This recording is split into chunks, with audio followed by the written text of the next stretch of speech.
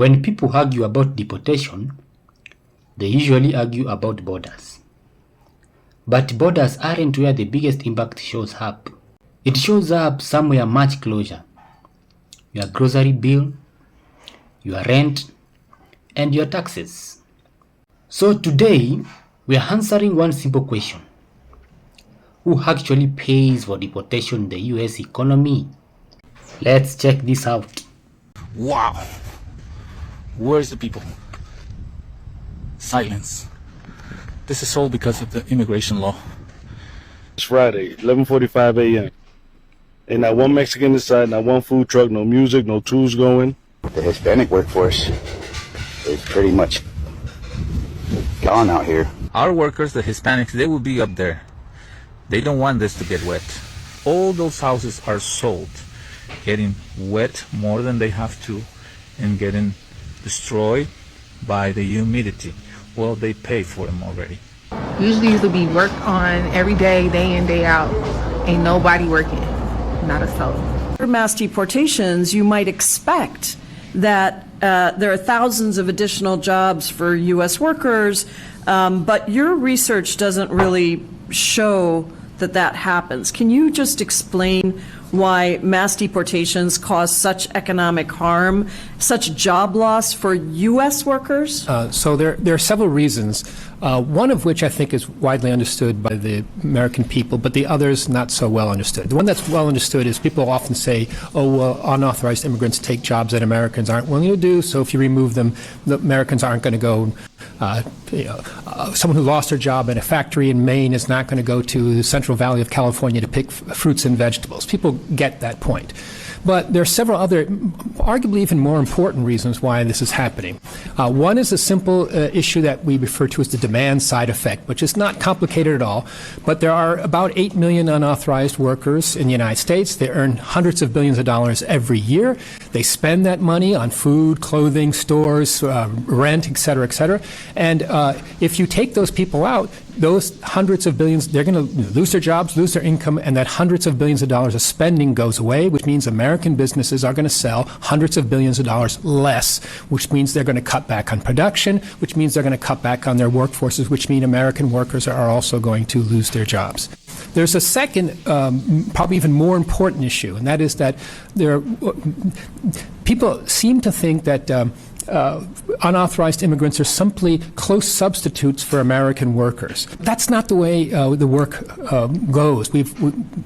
People have been studying this now for the last 20 plus years and have found that, in fact, in most cases, unauthorized immigrants are not substitutes, but they're what we call complementary workers. They work in conjunction with other workers, not in competition with them. And what happens is if you strip out, for example, in a restaurant, the 3 or 4 workers in the back who are chopping the vegetables, cleaning the bathrooms, etc., and you can't replace them, then the American worker who may be overseeing the restaurant, who may be a waiter or waitress, they lose their jobs as well. All of you can understand that. All of you have staff. You have excellent staff. If we suddenly take away 25% of your staff, you're not going to be as productive as you are now. You're going to not do as well.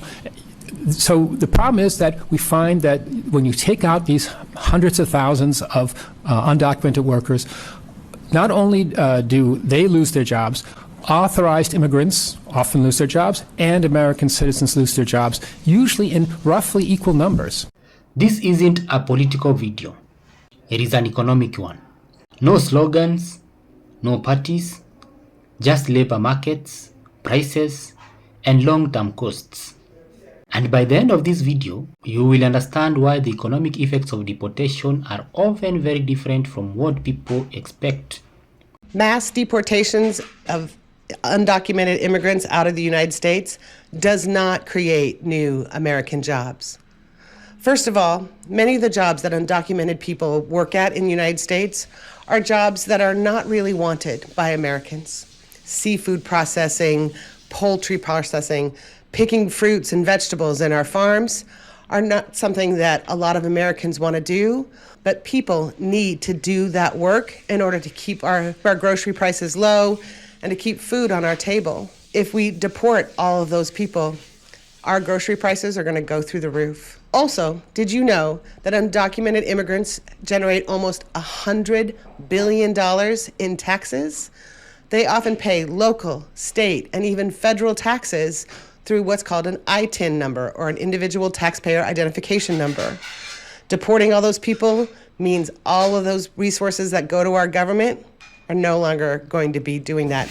And it costs huge amounts of money, millions of dollars, to try to catch, detain, and deport people outside of the United States.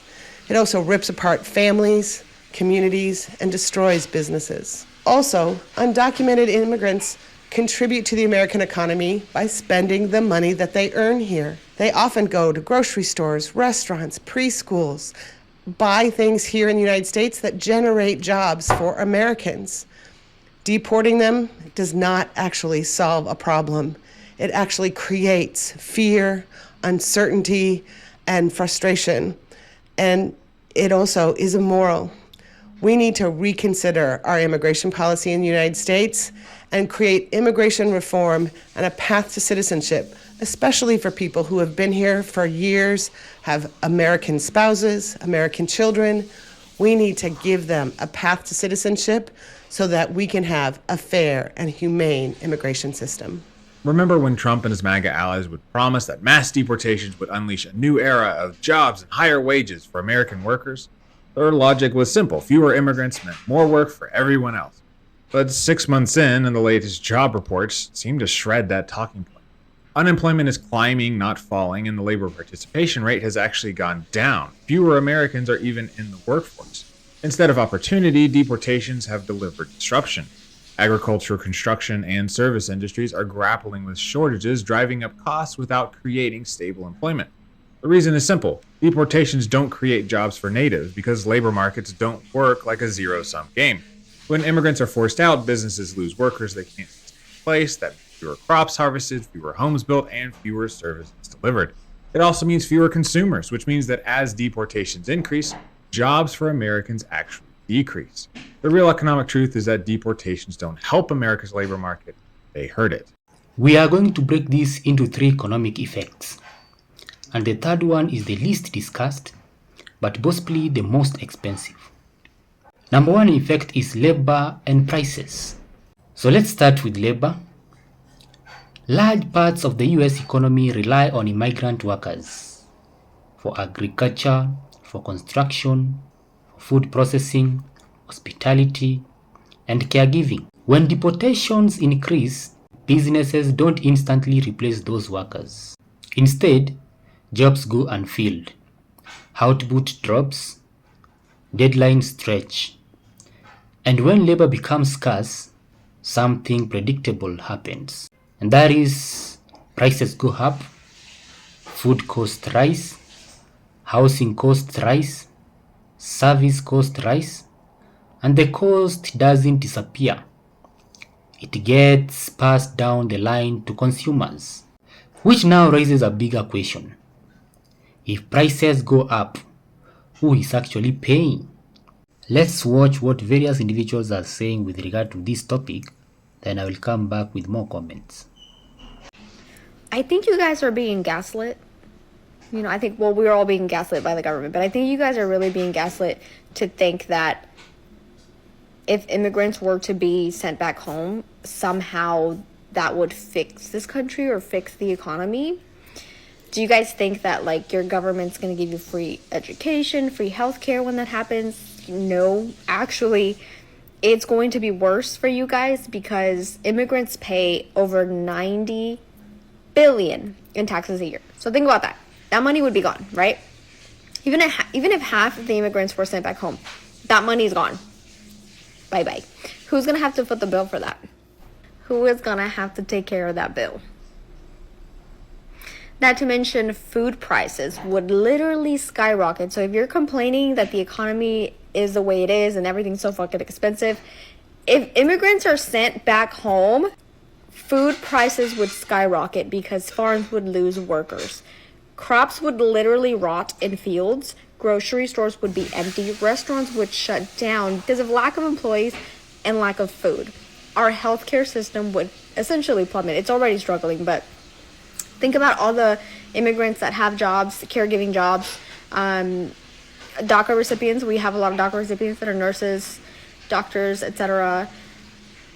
Imagine having to literally wait months for basic healthcare needs. Imagine not being able to go eat to your favorite Tex-Mex restaurant because it's literally shut down. They either can't find employees or they can't afford the food prices. I don't know, what people are thinking will happen if this administration is successful. Even sending, like I said, half immigrants back home. I don't know what most people think this country will look like, but I don't think enough people understand how much value, how much contribution and assistance immigrants bring into this country, whether it's through taxes or work or businesses. There's so many immigrants that come here and open businesses, and the foster care system would be so overwhelmed if you are deporting parents of U.S. citizens. I don't think people have thought about the consequences that this would cause. This country would crumble. What's up, everybody? So I'm here in Houston for the weekend, and when I say I did not know that Houston has such a huge population of Latinos and Hispanic people. So if Trump think he's gonna deport all of them, then Houston would fail to exist, because they running the doggone joint everywhere I go. So he thinks he's getting rid of these people, and this is making America great again. This is not making America great again. This is gonna put America further and further in the hole. What would happen if Donald Trump deported all immigrants from the United States? The impact would be enormous. The economy would suffer because key sectors such as agriculture, construction, and services depend on immigrant labor. Many companies would close and prices would rise. On a social level, millions of families would be separated, causing a humanitarian crisis. In addition, the country's cultural diversity would be affected, weakening its identity and creativity. The United States would also lose international prestige, damaging its relations with other countries. Ultimately, deporting all immigrants would bring more problems than solutions. Number 2 is tax revenue and public costs. A common belief is that deportation saves taxpayers money. But economically, that is not always true.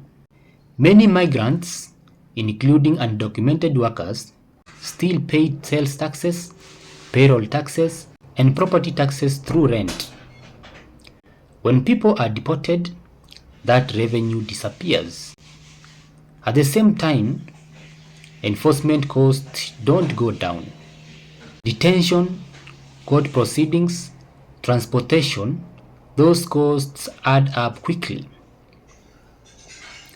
So instead of saving money, the government often ends up with lower tax revenue and higher enforcement spending. And that leads to something rarely discussed. Let's watch these more shocking revelations. Do you want to hear a shocking number? For every 1 million people deported from the United States citizens, 88,000 of them, in fact, lose their jobs. Now, this isn't a new number. It's a number that we've known about since the Obama administration, when a study was commissioned to see how his mass deportations affected the workforce in the United States. And every year since then, they've continued to aggregate the data, and the numbers haven't changed. When you deport 1 million individuals, it doesn't raise wages magically. In fact, U.S. workers lose jobs. 88,000 per million. That's a pretty high number. That comes out to about every 11 people we deport, 1 U.S. citizen loses their job.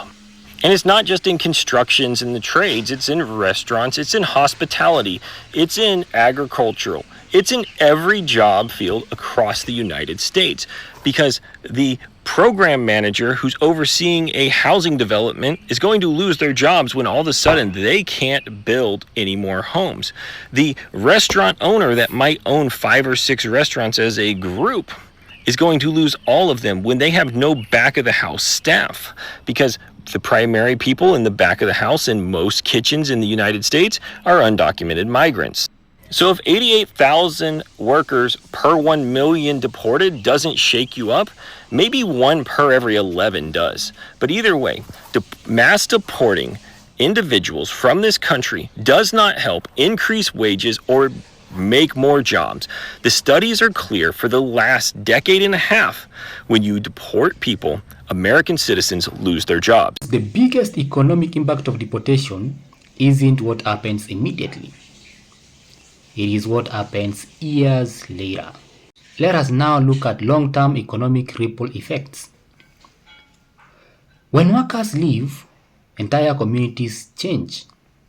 Local business lose customers, schools lose funding tied to enrollment, housing demand shifts, and children in mixed status families, many of them US citizens, experience instability that affects education and future earning potential.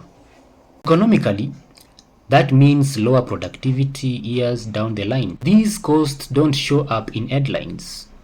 They show up slowly in reduced growth. So deportation doesn't just remove people, it removes workers, consumers, taxpayers, and future economic contributors. To conclude, none of these answers the political question of what policy should be. But economically, the takeaway is clear. Deportation has costs, and they don't stop at the border. The real question isn't whether deportations cost money, it is who pays, and whether we are accounting for all of it. If you enjoyed this breakdown, kindly share this video, like, and also comment down in the comment section below. And please remember to keep it respectful. See you in the next video.